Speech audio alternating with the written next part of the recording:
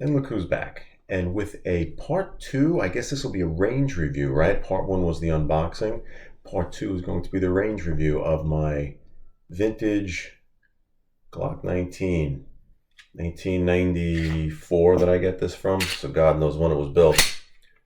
Glock 19, Generation 2. Can I get, I know the lighting kind of, Grignamo Studios, some light there. Grignamo Studios is always in transition, so I have to be backlit for this video, which is not ideal. Well, on to the video. As you saw in the unboxing, and as I explained extensively in the unboxing, I began my career with a Smith & Wesson with a .38 revolver, transitioned over to the semi-automatic in 1994. We had a few choices, and as you saw in video one, I went through all this, why I chose this. Basically, in a nutshell, it was the cheapest. We had the SIG, we had a Smith & Wesson Model 5 something or other, and this Glock 19. And I went with this one. I also alluded in that first video to our requalifications, our biannual requalifications, and I actually ran through one here. And actually, it started out with good intentions. If you remember, I said we did 5 rounds from the 25-yard line, and how the requalifications went was you load up with a 15-round mag. Then they you obviously work from the holster, and they'd say 5 rounds. You give me 2 rounds in 5 seconds, 3 rounds in 8 seconds, or some combination thereof from 25-yard line. Then we move into the 15-yard line. Then we do the majority of our shooting from the 7-yard line, because that's what the FBI says everyone has to do.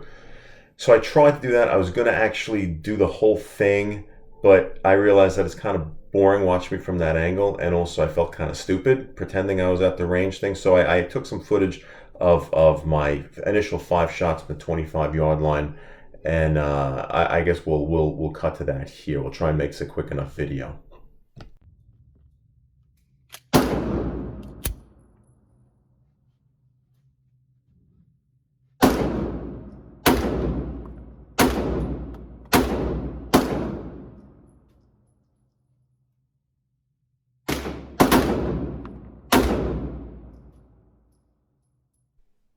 And then from there, we would take it into the 15-yard line. And I took some footage of myself in the 15-yard line. I didn't hold with that because I was getting bored by then. I didn't hold with that whole counting off in my head because, I'm not going to say it out loud. I'm in a public range.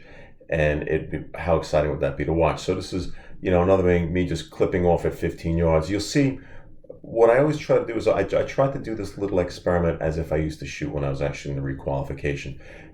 During requal, a lot of people you'd see, because people just can't quite, there's a lot of people who honestly, it was a very difficult process for them to pass this requal. I always did my requal as if it was additional training. I tried to shoot, although they gave us 5 seconds to get off 3 rounds, I tried to get off the rounds as fast as I could because we're requalifying, but we're also training to fight, aren't we? So you'll see at these 15 yards, I'm shooting at a clip. I'm actually pulling the trigger like I used to pull a trigger. I wasn't agonizing over my sights even at 15 yards. So we'll pop to this video now.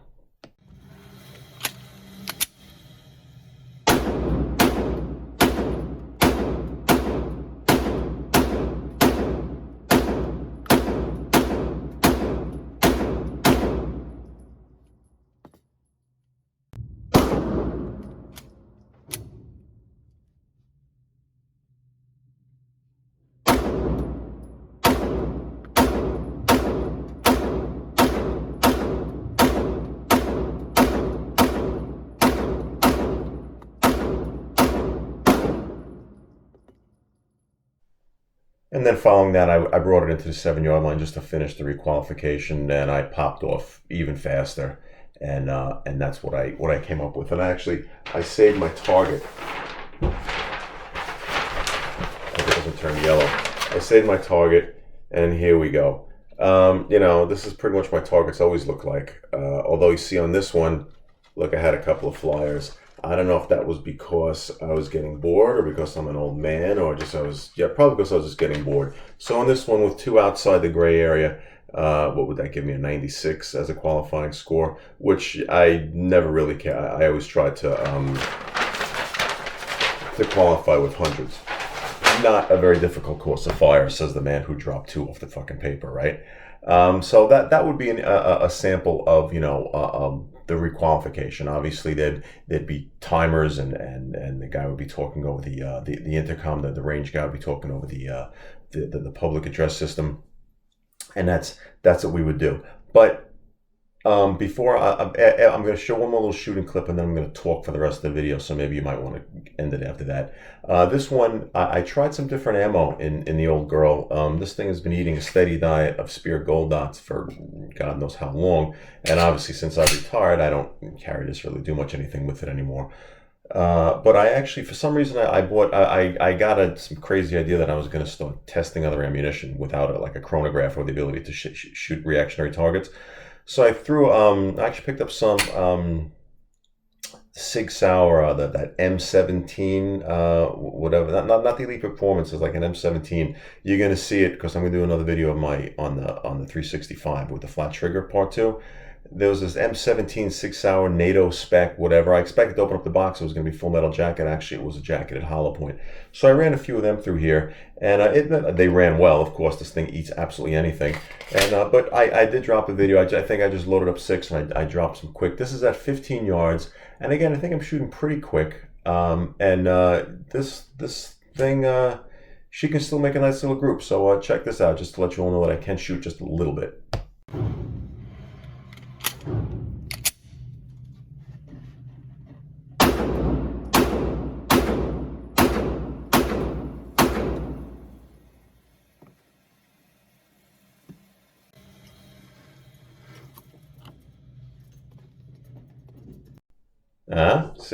See? Is this the one? Yeah, this is the right one.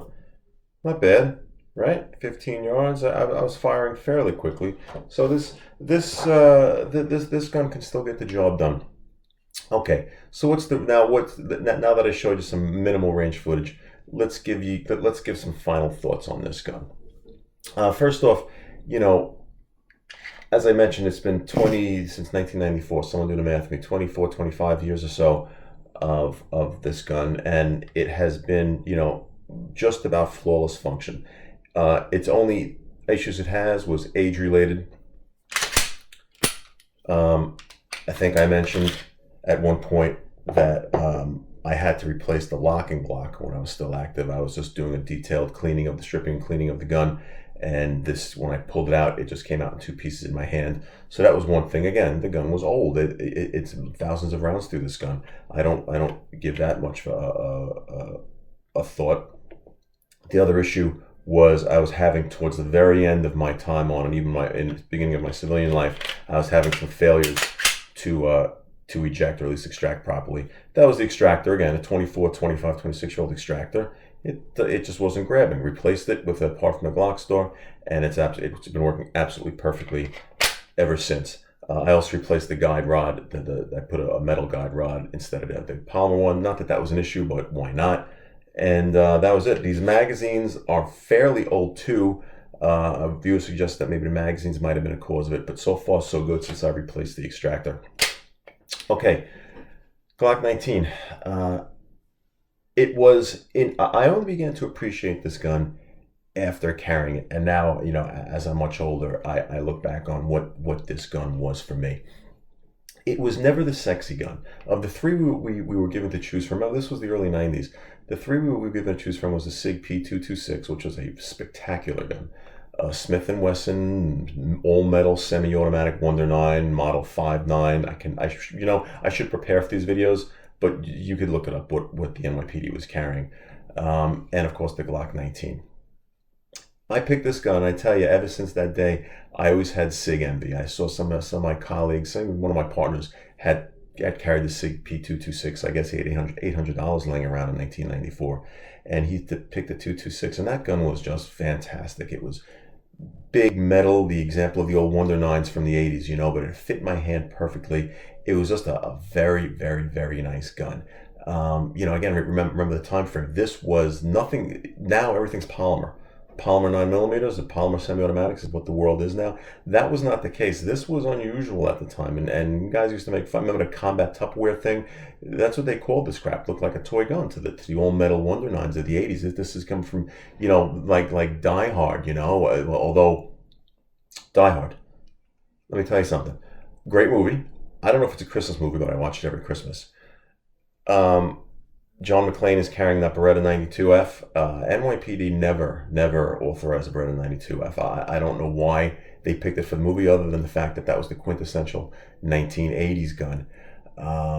And as a side note, I actually read the book. Die Hard the movie is based on a book called Nothing Lasts Forever. And there's some pretty major changes from the book to the movie, as there always is. In fact, John McClane's wife was not in the book. It was his daughter who was in the building with him. And she was kind of a bitch. And I think she dies at the end. I forgot. It was a very downer of a book.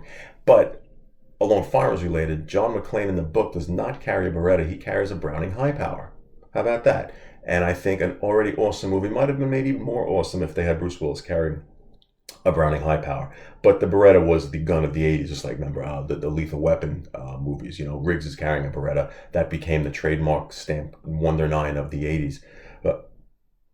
And also, have you noticed, I love Lethal Weapon. I watched that series, but the first one was obviously the best one.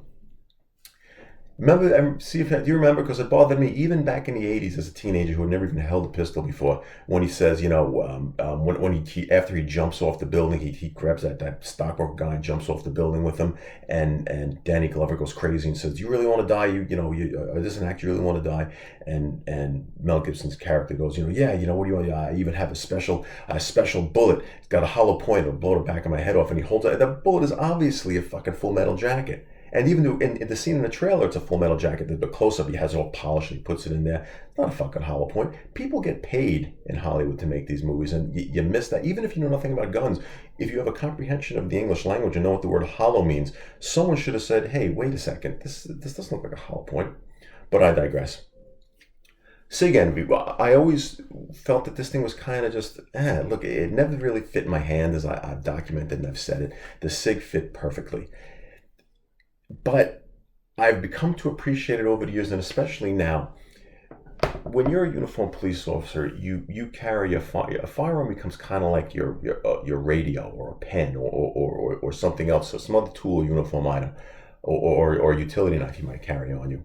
It's with you all the time. You're carrying it all the time. It's always on your waist. It's always, you're aware of it. You're sitting down. You're in the car with it. You're eating meals with it. It's always on you to a point that you kind of forget that it's on you.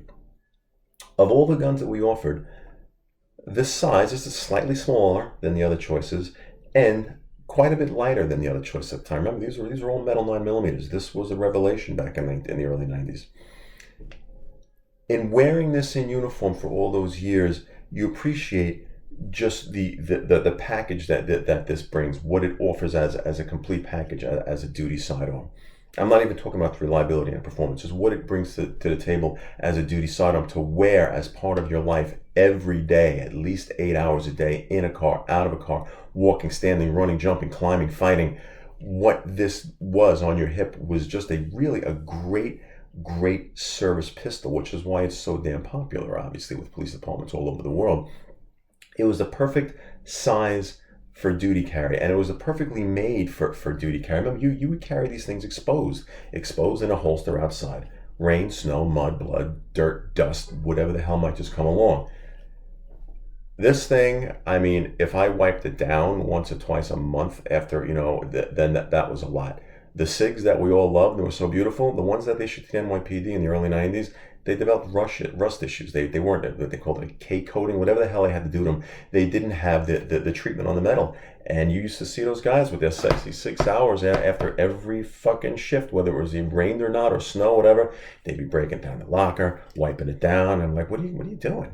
Oh, it'll rust. I think I've left this thing in my duty belt and threw it on top of my fucking socks in my locker. It never did anything. It was the perfect duty gun. I didn't appreciate it then, but I can certainly appreciate it now. This really was an excellent firearm, and it still is an excellent firearm. So I can understand the popularity of it. As far as how it is as a gun, I mean, it's a Glock Generation 2 Glock 19.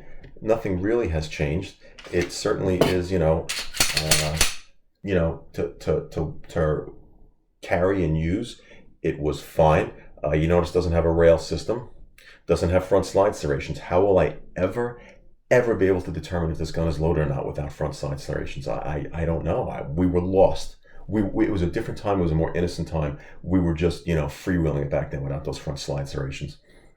The other controls on a Glock, everyone knows how to break it down, that thing. And here's the dog. And, one thing I will say,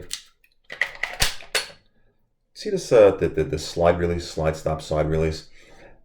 I have never understood why it's so damn small. This was a duty size pistol. Why did they make it so small on this thing? I mean,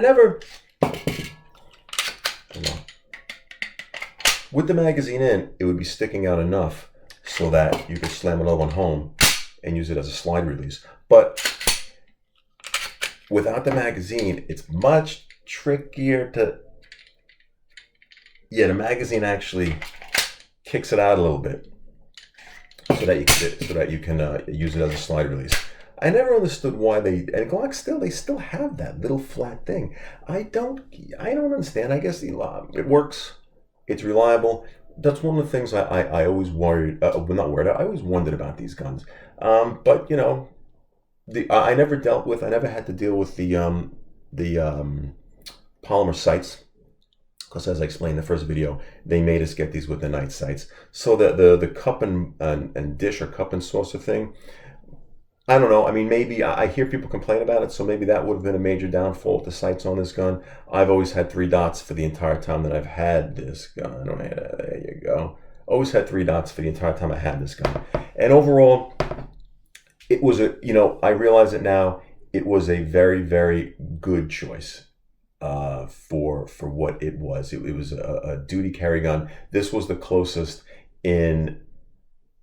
as far as firearms are concerned, this was the closest to the revolvers that they were outfitting us with all those years, because it's the semi-automatic that at the time, now remember, you expect these guns to be just about bulletproof and flawless. At the time, semi-auto still had that reputation of they're going to jam, they're going to do this, they're going to do that, very ammo sensitive. This was the closest one to a revolver. This one was the one you could neglect. This is the one that could take the most abuse, and they did take abuse. I tried to take care of my guns, but they did take the most abuse.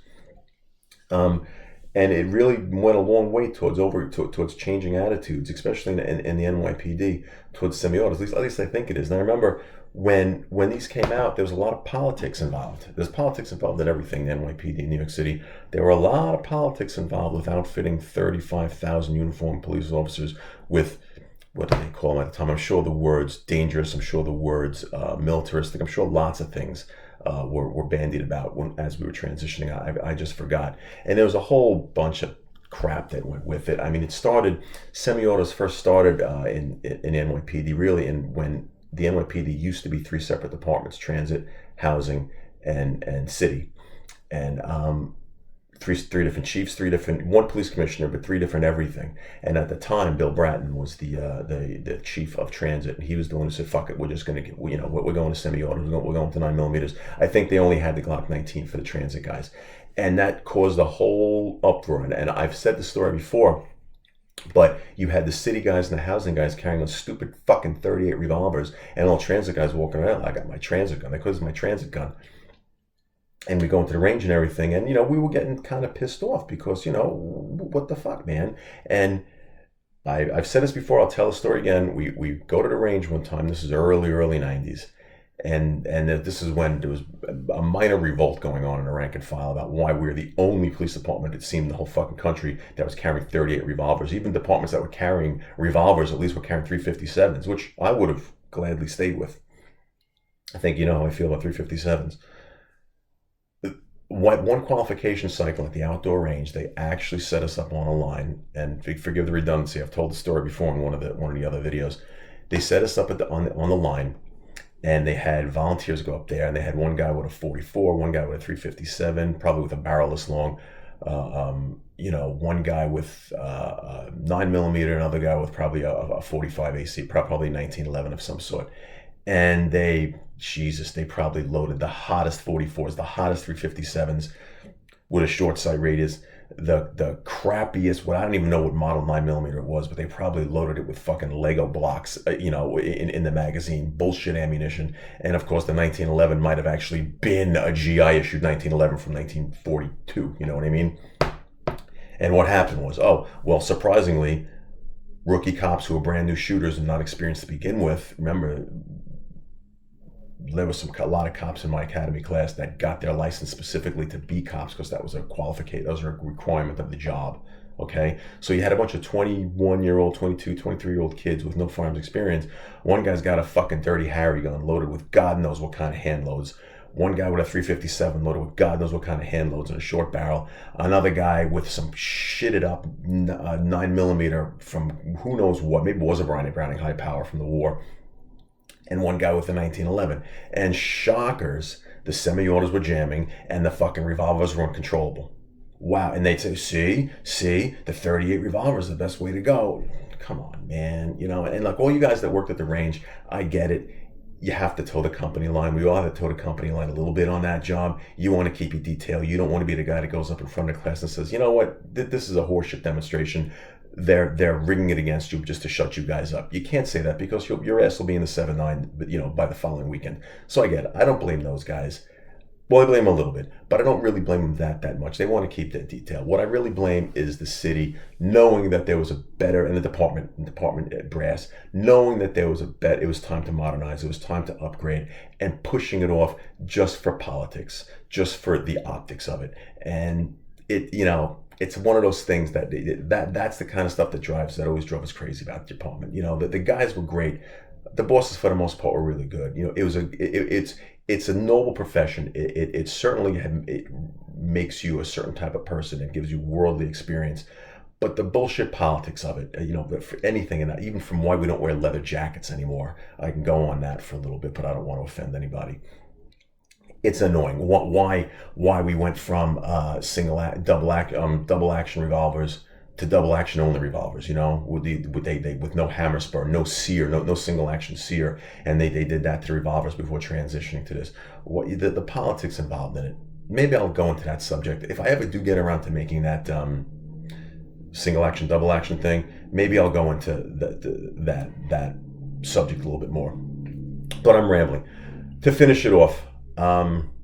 Range impressions are what they are. You've seen the videos. Everyone shot. I think everyone watching this channel has probably fired a Glock 19 at one point. They're surprisingly similar. They don't change. They really are. Although I never loved them, I respected the hell out of them. There's a reason why they're so popular. This is a hell of a service firearm. This is a hell of a home defense firearm. This is a hell of a reliable, accurate, and deadly combat pistol. Great gun, as I've said a million times. You can't, you know, this is not available in stores, but by all means, I'm sure the Generation 5 is just as good and even has front slide serrations for all you tactical guys out there. So there's really, you know, highest recommendation. Maybe I'll start putting scores up here. So, you know, coming up next, I did take a lot of footage on my next video. I might even release one on the same day. I'm going to do a part 2 on that. Remember the flat trigger install that I made myself look like a fucking idiot while I was doing it? I took the gun, I took it to the range, but I actually filmed the range footage now. And you're going to, very, very interesting. I'm going to give you a quick preview. Damn, that's a good gun. I redid the nightstand test with it, and the results were surprising. So we're going to dive into that a little bit more when I make that video. So until then, thanks for watching. Thanks for watching. Comments, good and bad. Let me know your experiences. Let me know how you think this channel is doing, and any suggestions. And oh, one more thing. I ramble, right? In one of the videos I was doing, I got a guy who subscribed and he really liked my videos. I do appreciate it. I enjoy the kind comments you guys say. And I take nothing personally, so by all means, comment away. One guy said, great videos. I love your channel. Could you please review a Glock 44? I think that's a 22 caliber one. Dude, I'd love to. I would love to. Unfortunately, I'm not made out of money. I'm not buying guns just to review, and I'm not going to do a Patreon thing. I'm not big enough for that. I don't care if YouTube, what they demonetize or not, because, you know, I'm not making any money off of this. I do this for a hobby. I love the fact that you're watching my videos and would like me to review other guns. I can't be buying shit like that. I have no use for a 22. I can only review guns that I have. And I think I'm going to start reviewing the guns that I have, to, like, as if I pretended I got them. But, you know, I'm sorry to disappoint you, but I can't be buying guns, So, but I appreciate your suggestions. If any of you guys want to suggest more guns for me to review, by all means, suggest them. And if it's a gun I was going to buy anyway, I have one in mind, by the way. If it's a gun I was going to buy anyway, I will certainly do my version of a review on it. But until then, until that glorious day, thanks for watching and signing off.